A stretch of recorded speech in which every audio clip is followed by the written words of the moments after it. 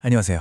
오늘 여러분과 함께 가장 깊은 절망 속에서 빛나는 희망을 만난 한 사람의 이야기를 나눠보려고 합니다. 루카복음 5장에 나오는 이야기인데요.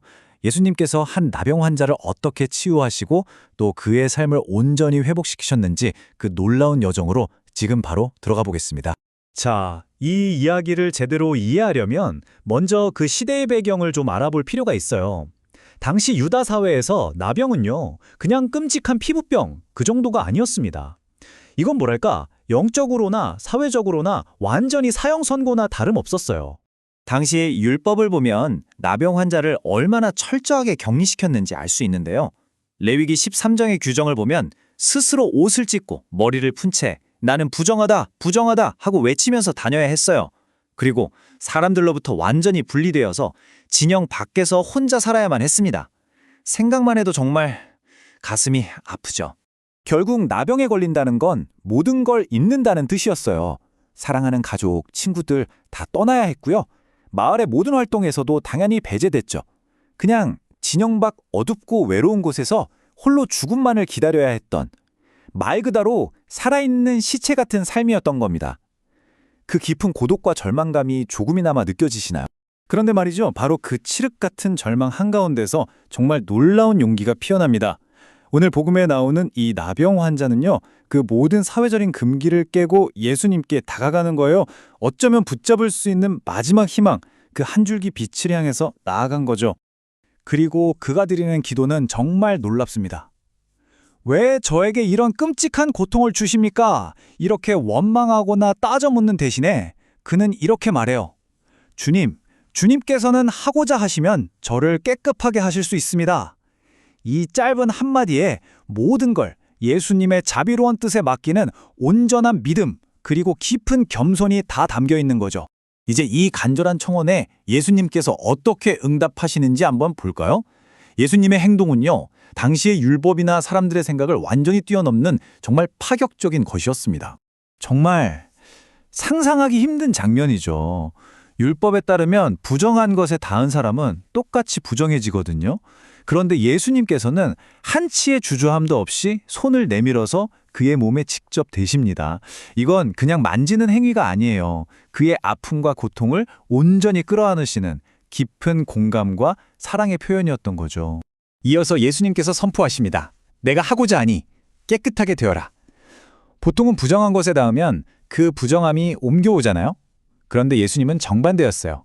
예수님의 손길은 부정함을 옮는 게 아니라 오히려 당신의 거룩함과 생명력을 전해주는 통로가 된 겁니다.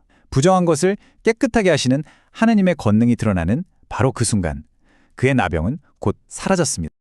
근데 예수님의 치유는 여기서 끝나지 않아요. 그분은 단순히 육신의 병을 고쳐주는 걸 넘어서서 한 인간의 삶 전체를 다시 세워주시는 그런 온전한 구원을 베푸십니다. 예수님께서는 다 나은 그에게 사제에게 가서 몸을 보이라고 말씀하시죠.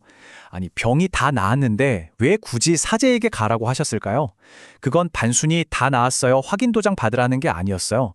당시 사제는 그 사람이 공동체로 돌아가도 좋다고 공식적으로 선언해 줄 수 있는 유일한 권한을 가진 사람이었거든요.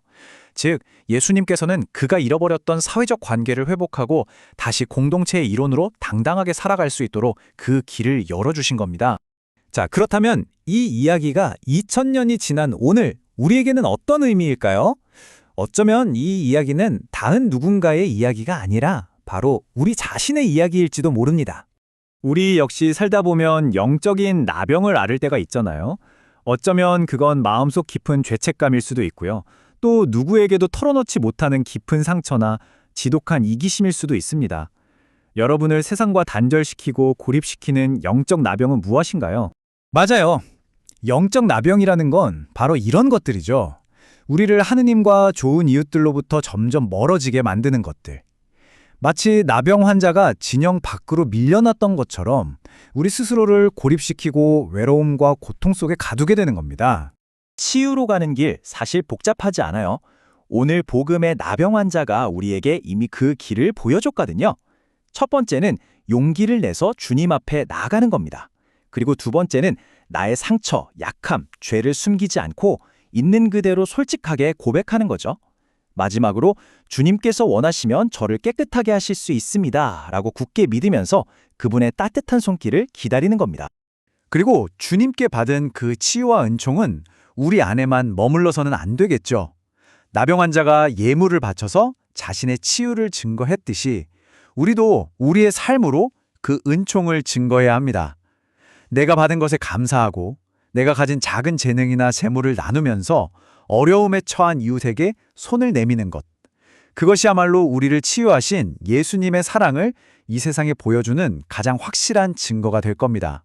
어두운 방에 햇살이 쫙 비치면 그동안 안 보이던 먼지들이 선명하게 드러나잖아요?